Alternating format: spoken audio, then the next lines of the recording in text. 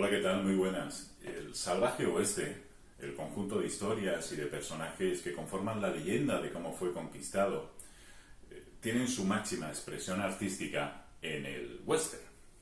Y como suele pasar con los géneros relativamente jóvenes o con las culturas relativamente jóvenes, toman elementos prestados pues de la cultura clásica. En este caso, en el western se ven reflejados elementos de la cultura grecorromana, temas de venganza, pasión, etc. O incluso la romantización, por ejemplo, del personaje del pistolero, algo muy de la novela de caballería. Es curioso que cuando el western empezó a entrar en cierta etapa de desgaste y agotamiento, encontró uno de los revulsivos en estos países de origen de los mitos clásicos, en concreto la cultura mediterránea y especialmente en Italia y en España. Lo que comúnmente se conoce como spaghetti western, aunque la forma más correcta quizás y menos despectiva sería llamarlo euro-western o western europeo, lo que haría en este caso es abordar el salvaje oeste desde un punto de vista menos mitificado, es decir, despojaba de todo ese aspecto de gloria a las películas clásicas que se hacían en Estados Unidos y la dotaba pues de un aspecto un poco más sucio, violento y amoral. Es curioso que sean precisamente producciones que se realizaban en Italia o en España quienes contaran la historia del oeste de una forma quizás mucho más realista que las propias historias que se contaban en las películas de Estados Unidos. Para finalizar, muchos de los directores y realizadores que empezaron a trabajar en este nuevo género a finales de los 60 y principios de los 70 procedían de otro exploitation italiano que también se empezaba a encontrar un poco de capa caída, que era en este caso el peplum. Las películas de espada y sandalias que, por cierto, y nuevamente abordaban cuestiones o historias de temas bíblicos o mitológicos. Cerramos un círculo y todo este rollo que te acabo de soltar es solo porque te quiero hablar de 3 películas. Empezamos.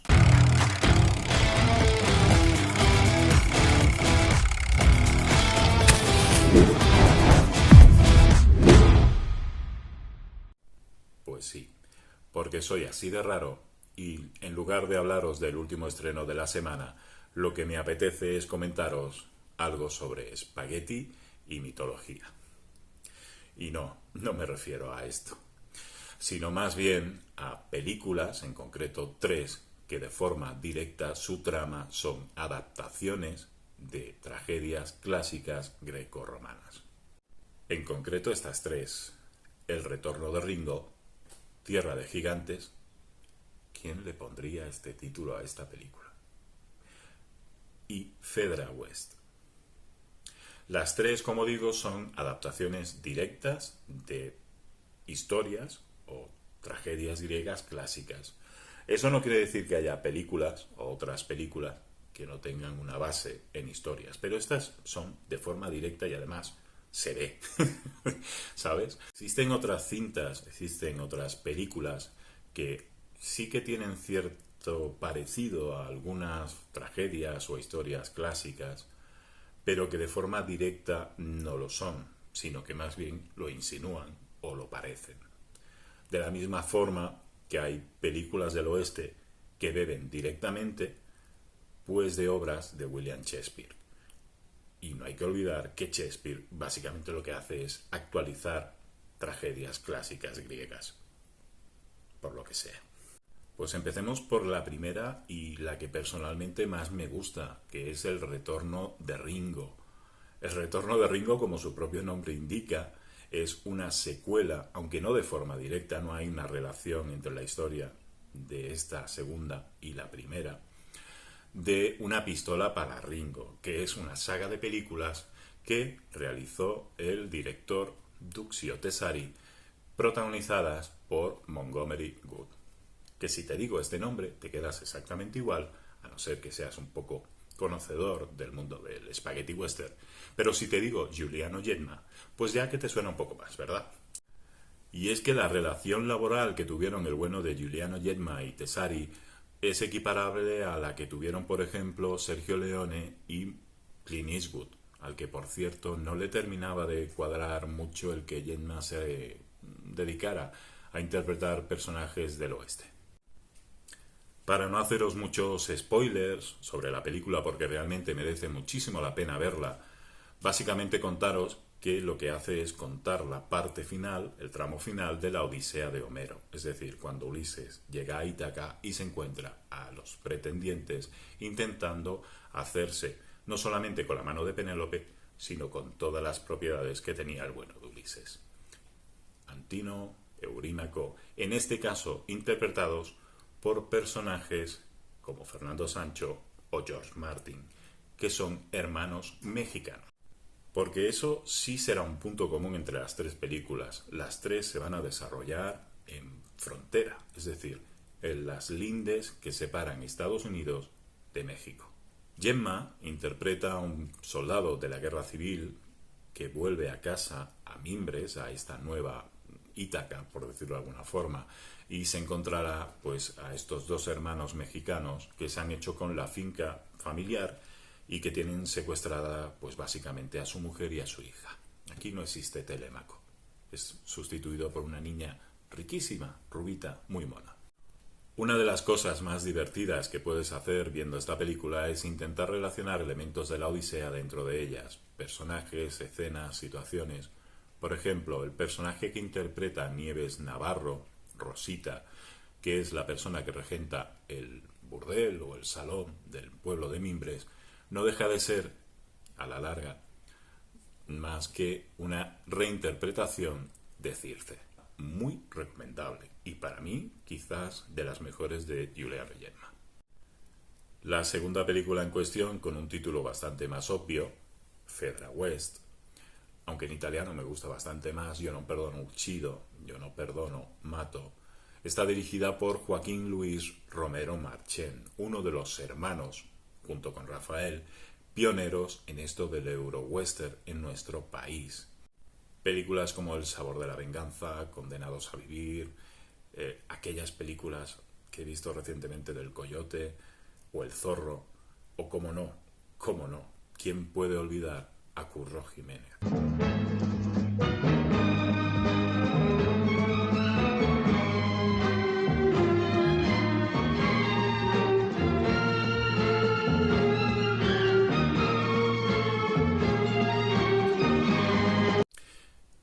¿En qué historia o en qué tragedia se basa esta Fedra West? Pues básicamente en la tragedia de Hipólito y Fedra. Es decir, en la historia sobre Hipólito, hijo de Teseo, y de la pasión desbordada que sentía por él su esposa, la esposa de Teseo, Fedra, quien, al no ser correspondida, se suicidó culpando a este de haberla intentado conquistar y provocando por ello la ira de su padre. Según el mito, Teseo hizo que el mar acabara con Hipólito. En la película pasa algo distinto. Estamos hablando de un spaghetti western, por lo tanto, el final es mucho más violento, mucho más seco y mucho más atractivo. El origen de la realización de esta película proviene de que 2-3 años antes, Manuel Murotti había realizado también una adaptación de la misma tragedia llamada Fedra. Y a Joaquín pues se le había encargado en este caso realizar una adaptación con toques western. Protagoniza Simón Andreu, que no es que se prodigara mucho haciendo películas del oeste, la verdad, y aquí tampoco es que sea, como digo, un western al uso, ninguno de los tres lo son realmente, quizás el último, pero aquí tiene más tintes casi de señorito andaluz, y es difícil de explicar esto, porque Hipólito aquí está representado por el hijo de un terrateniente mexicano que es enviado a estudiar a Estados Unidos. Hasta los nombres que tienen los protagonistas o los intérpretes se utilizan de forma para dar o para acentuar esta diferencia de caracteres o diferencia entre no lo mexicano y lo estadounidense, sino la diferencia entre el padre y el hijo, ¿no? Entre los caracteres de los dos, que a la larga es la que generará el conflicto, tanto como la figura femenina. El personaje de Teseo en este caso está interpretado por James Philbrook, aquí llamado Don Ramón, que es un terrateniente que maneja con puño de hierro todo, absolutamente todo. Y el personaje de Fedra lo interpreta Norma Bengel, quien en este caso se casa con Don Ramón para poder salir de su situación de miseria.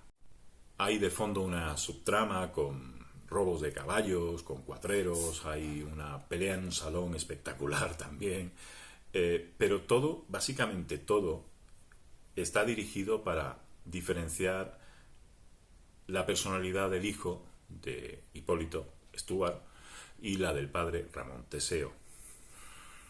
Sí que hay una pasión entre los dos, sí que hay cierta atracción entre los personajes de Fedra y de Stuart, pero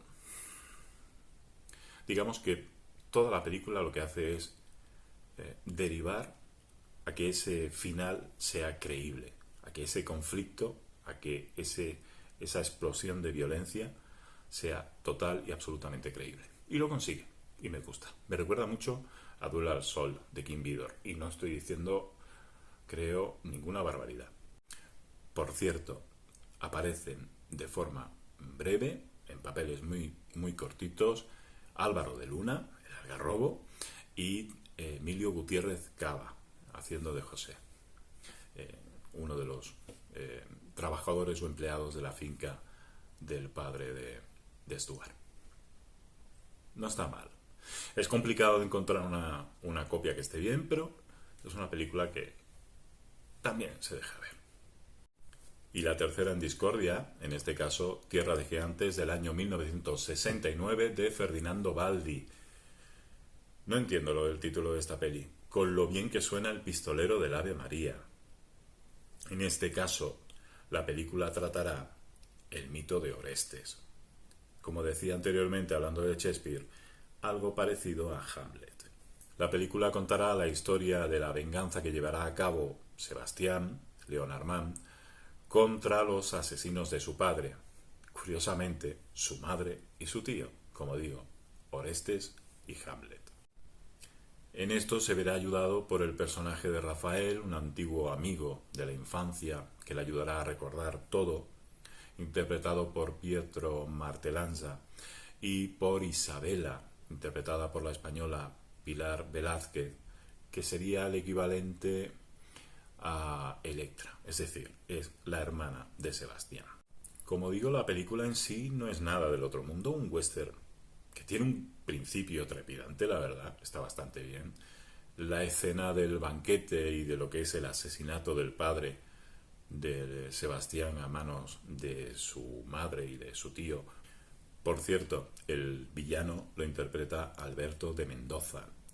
Impresionante. Como digo, la escena es bastante curiosa, todo lo que es la masacre que se lleva a cabo esa noche, e incluso para recalcar que está basada en un mito griego, hay un elemento en el vestuario que me hace mucha gracia, que es el vestuario que lleva la madre, Ana, que está interpretado por Luciana Paluzzi, que lleva un vestido blanco con elementos claramente de inspiración helena, y como digo, toda esa parte del comienzo y del asesinato en sí, de la masacre que se lleva a cabo, es bastante espectacular. Y por último, el duelo final, todo lo que es la parte del duelo final, también me resulta muy, muy atractiva, la verdad. Siempre que sale algo ardiendo es atractivo. No voy a contar nada más. ¿Por qué le llaman el pistolero del Ave María? Tienes que ver la película, ¿vale? Y lo entenderás. Con todo esto, pues nos queda una sesión de tarde bastante divertida, bastante chula, con 3 películas basadas en 3 mitos clásicos griegos y que, ya te digo, son 3 películas que te pueden hacer pasar una buena tarde. Y nada más, espero que hayáis descubierto algo con este vídeo, haberos hecho pasar un buen rato y nos vemos en el siguiente.